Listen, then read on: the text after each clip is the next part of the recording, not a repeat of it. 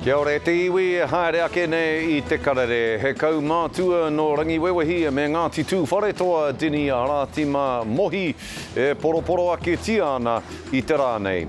Tērā pea, e ono wiki I te roa o te nohoa Evelyn Wihongi ki te whare here manene o Amerika I te whakatūtanga ona e ngā āpiha o te mana tau ārai o taua whenua. Ka whakawhiwhia ngā toa whakaihu waka o te reo Māori, te reo rangatira me te ao haka ki wārātau karahipi I tētahi hui whakahirahira I te pāre mata.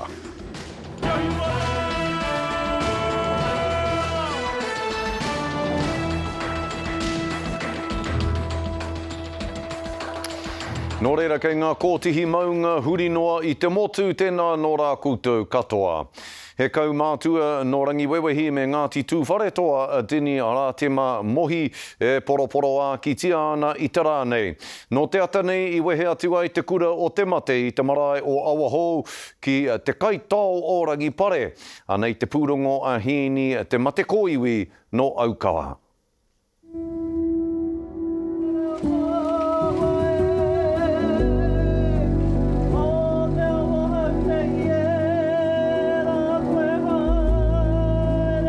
Hakoa te iti o te noho he honore nui tonu kia rangi wewehi. E hoki rā koe kia hikai ro ki tō tupuna kia ka Hawaii e haere. Kia tūtonu mai kia wahau nei. Ko tōna whakapapa I te tau tōna pāpā no roto Ngāti tū wharetoa. Arā no tētahi koia, ko te waha tōna ingoa e toru ngā ingoa. Tana tāne tuarua ko pohi tarai. Koera te hononga. E hia ki nei ngā tamoreki. Kau mā rua pēr ngā tamoreki puta I tērā hononga o te ata o Āperira rao ko mohi tarai. Ana, ko te teni, ko te rāte mai kōrero hiake nei, ka whai atu I tērā heke ngā whakapapa. Nō rea tūturu ake, Ngāti tū wharetoa, tūturu ake ko te taha ki konei ki a Ngāti rangi wewehi. Kia mihi poroporo a ki te iwi ki te taonga o te mate. Ngā kanui ana ki aia, nā rongi tana ekenga ki ngā taumata tike o te hākina, koia tāmata waha kōrero I te wharetaonga I Rotorua nei, ka tāmai ki ngā hui o ngā kaumātua te marae, ka tāmai ki ngā hui nui. Waira e aro hatu ana, koia tērā kōrero, nā aitu ā, tata nei, ki runga I te whenua o Ngāti rangi wewe, koe nei mātou e au e nei e tangi nei. He kaumātua Dinny Mohi o Ngāti rangi wewehi o Ngāti tū wharetoa nei. He taina ki te tohunga taiaha, ara kia mita hikairo mohi. I te ata hāpara o te rā horoi, ka aitua ki te rori nui I Waiteti. Ko te mate ke Karere tērā whakatipuranga o ngā mātua I kōrero mo tērā Wāhanga. Ko ngā tampare ki o konei, ka tāmai ki konei, ka tākoro ka kaumātua te marae. Engari, kāre rongo I ngā koro, te hohunetanga o ngā kōrero. Ko hau tētai, kāre tino rongo I ngā koro I wāhi ke au. Nō reira, taira anō ki te wā, ka eke hei pakek, e rua nā huarai. Te hia nō ki te whaiwhai haere I ngā mātauranga o te marae. Kia tū, hei waha kōrero mo tō whānau. Hei no hokei muri, hei ringa wera, I te mea koe nei te āhuatonga tō reanga, tō whakapapa. Ka waiho rānei. E koro haere ki o tini ki o rahi te pō. Waiho mai ko mātou I muri nei. Hini te mate koiwi mā Aukaha. Nā, ka kōrero te whānau o Canon Peters ki te hui whakatewhatewa I tōna matenga I te rānei roto whangarei. Ko ia te taiohi te kaumārima ngā tau I ka haki nā tūrā e te waipuke no rātou ko ono hoa o te kura I tētahi haerenga ki ngā ana o te takiwā. Te kaumāwhitu ngā tauira no te kura tamatāne o whangarei I haere ki ngā ana e kia nei ko Abbey Caves. Engari, I a rātou I roto I ngā ana ka pūroro te ua. Me ara wāke ka rewa ke te ūpoko te wai kirunga. Ko tahi wiki te roa o te hui whakatewhatewa nei, ko e tahi atu kātū ki te whakapuaki kōrero ko ngā kaiako taiao o te kura me ngā mātanga Huarere o te ratonga tirorangi. Ko te hiahia o te mātanga whakatewhatewa matenga mō tēnei hui nei, kia marama ia mena i āta tohua ngā mōreareatanga i mui te haere ki ngā ana, mena i āta whakatū rautaki hei rongo ā mō aua mōreareatanga, o tira nā te aha hoki i haere tonu ai, aha koa te Matapae mō te Huarere kino.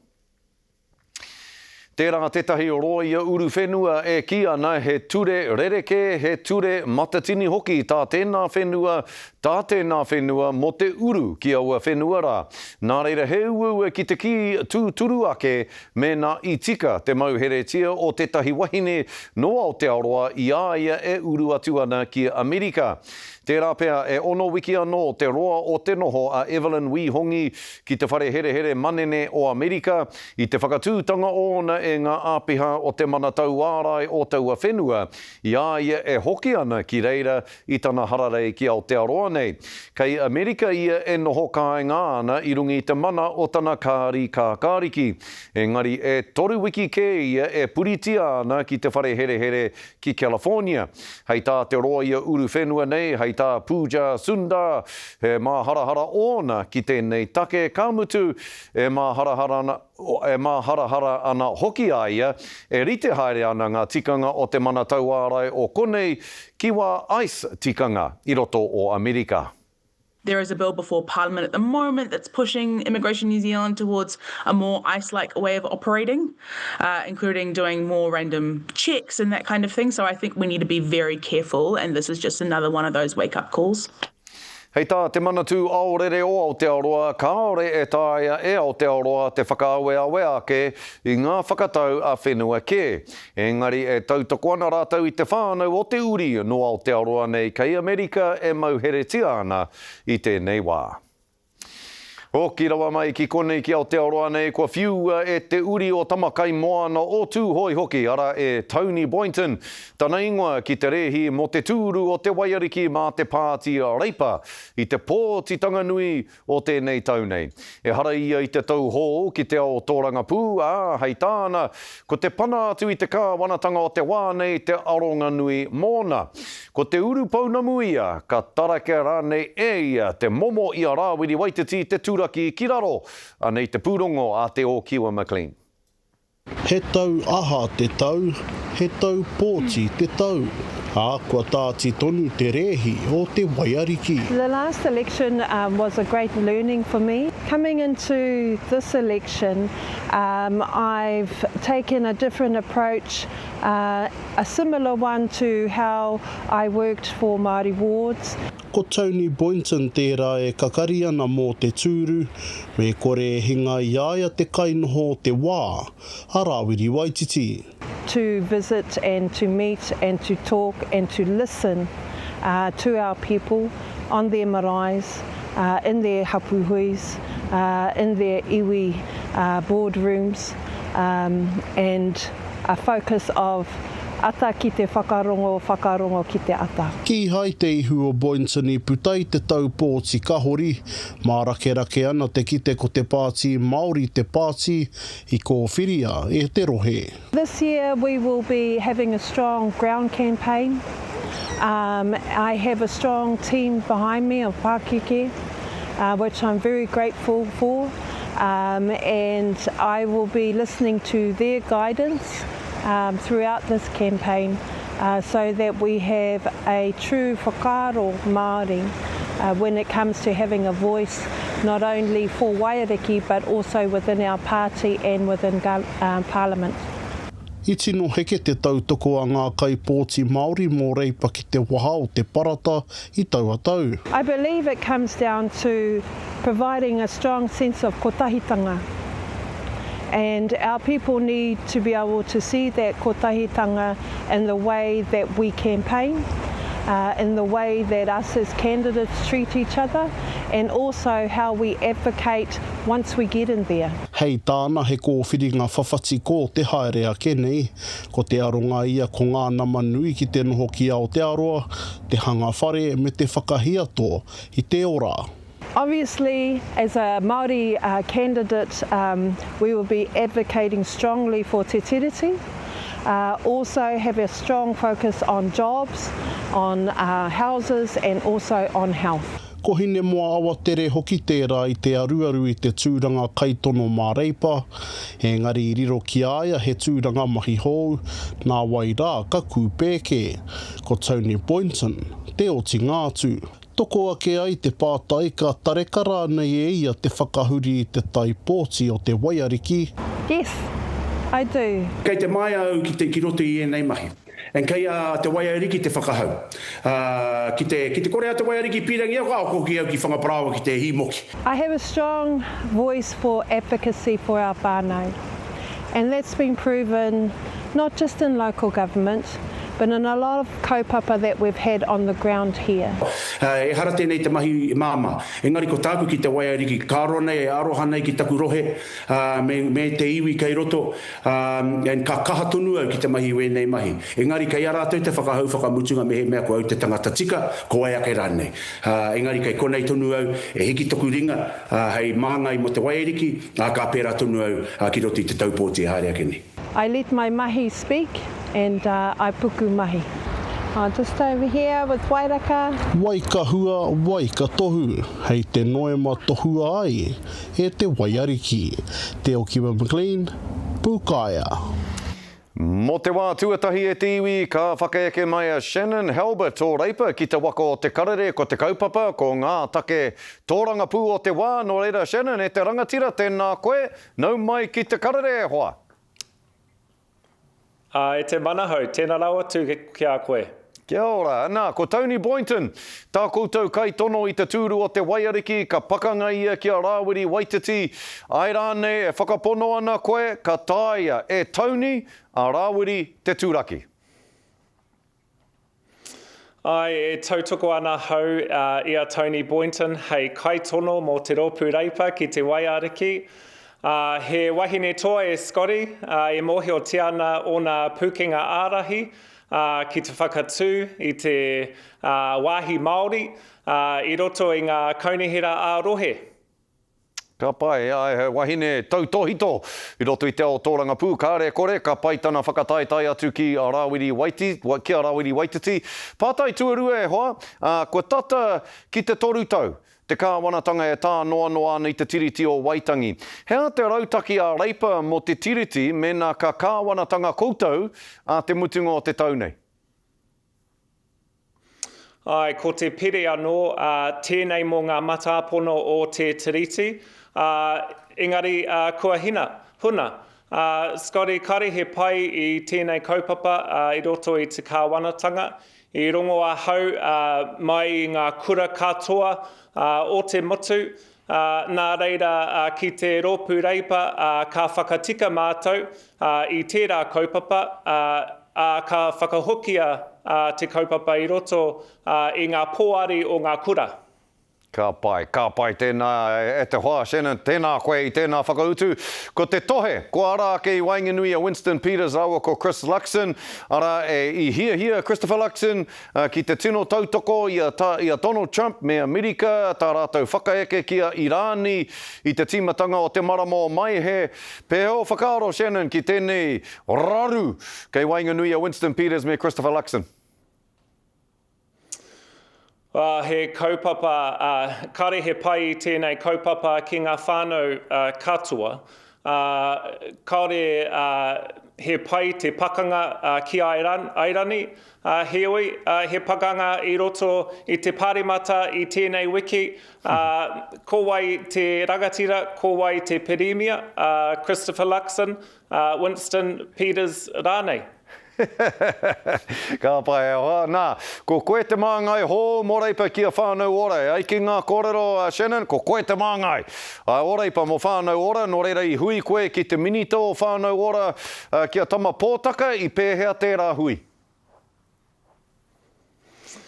Ai, kei te harukua hau ki te mau te kaupapa o te whānau ora mo te rōpū reipa.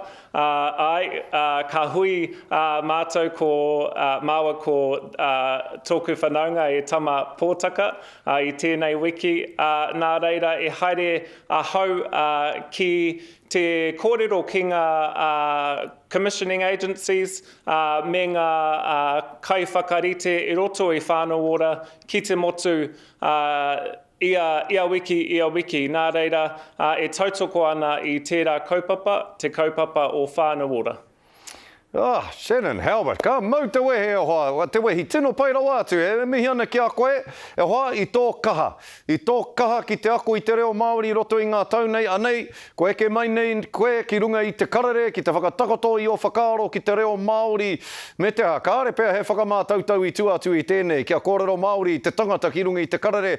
Ka mihi ki a koe, Shannon, tēnā koe te rangatira e te tuakana, I enei kōrero ko pute I a koe, Shannon, Halbert, e te iwi o te ropu reipa. Rawa hoa, tēnā koe, mihi ana. E mihi ana e Scotty, ki tō whānau hoki. Kia ora.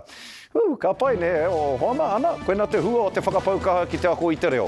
Hei muri ake I ngā whakatairanga e karema, ka whakawhiwhia ngā toa whakaihuaka o te reo Māori, te reo rangatira me te ao haka ki wārātou karahipi tētahi kaupapa whakanui I enei o rangatahi toane I te wharepāre mate e karema kia mau tonu mai kia te karere.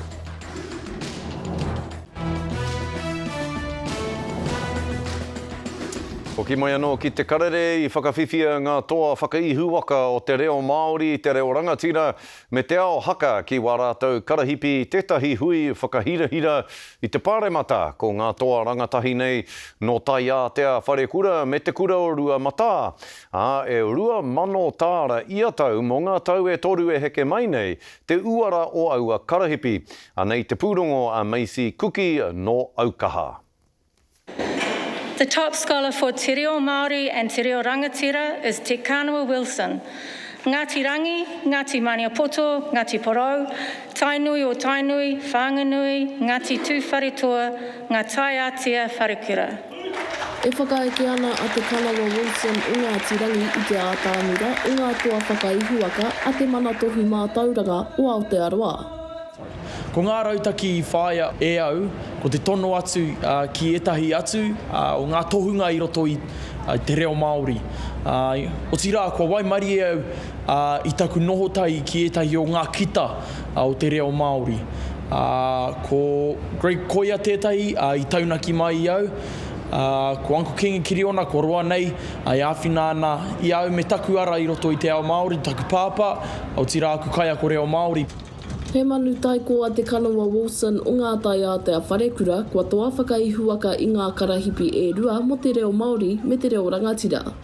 Ko tētai o aku tino matawara mō te reo Māori, kia whānui te kōrero tia o te reo Māori ki ngā wāhi katoa o Aotearoa. Kaua noa ki ngā kura Māori, kaua noa ki ngā wharekura, kaua noa ki ngā kāinga reo Māori. Engari ke ia, ki pāremata nei, ki ngā whare kai, o tēnā kamupene, o tēnā pakihi. Waimari e katoa au, I tipu ake au, I mato ai taku tipu I roto I te ao kapahaka. Āperira, koera pēr tētahi ngā taki I puta ai taku ihu. Te tohu a Tāne Rore, the top scholar for te ao haka is Manawa Pohatu Magavi Burrell, Ngai Tūhoi, Te Whakakotia, Te Aroa, Ngāti Ranginui, Ngai Te Rangi, Te Kura Kaupapa Māori o Roa Mata. Ko Manawa Pohatu Magavi Burrell o te Kura Kaupapa Māori o Roa Mata hoki, te toa mo te tohu a Tāne Rore ki te hiranga o te ao haka. Taku Wāhanga, kai ngā kaunui ana au, ko te waiata āringa. I pērai, te mea, ko ira pēr te wahanga o te hōtaka haurawa me ki, o roto te ao kapahaka. Ka whakawhiwhia ki ia toa whakaihuaka o ia kaupapa he rua mano tāra mo te toru tau e haere ake nei. He oi ka tāparahia mo te kanawa.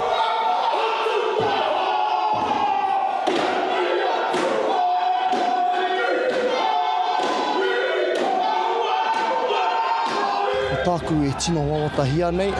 Kaua noi ho mōku, engari mo te hunga rangatahi, tira ngā uri whakaheke. Kia titia tēnei o ngā taonga, tēnei o ngā mahinga, te whatimanawa, te tatau. Hei mahinga, hei kawenga mau, ki tēnei au hou. Mōku ake, ko te ara e whāia nei e au, he ara I roto I te ao Māori, kaua noi hoku te reo Māori. kei te whai au I te ara o te mātauranga, ko te ture I tēnei wā. O tira, kei te whai au I te ara o te kapahaka anō hoki. O tira, e pirangi ana au, ki te whai I ngā mahi porotiki I tētahi wā.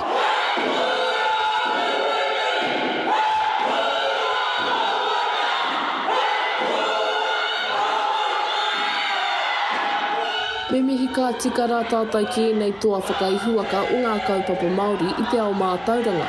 Ko wai ka mōhio he hara o rātou whiwhinga a te wā. Maisi Kuki, Aukaha News. Ka tiha e te iwi hei muri ake I te whakatā poto ko ngā huarere o te wā.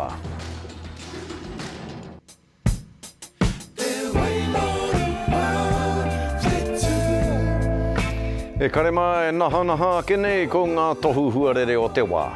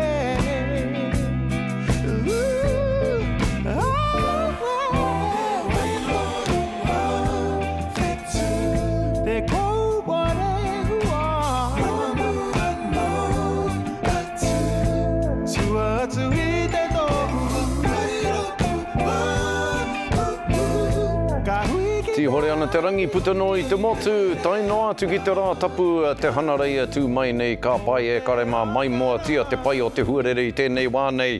Ana huri noa I te motu, huri noa I a tātou katoa. E mihi ana kia koutou kei ngā whānau, kei ngā hapu, kei ngā iwi.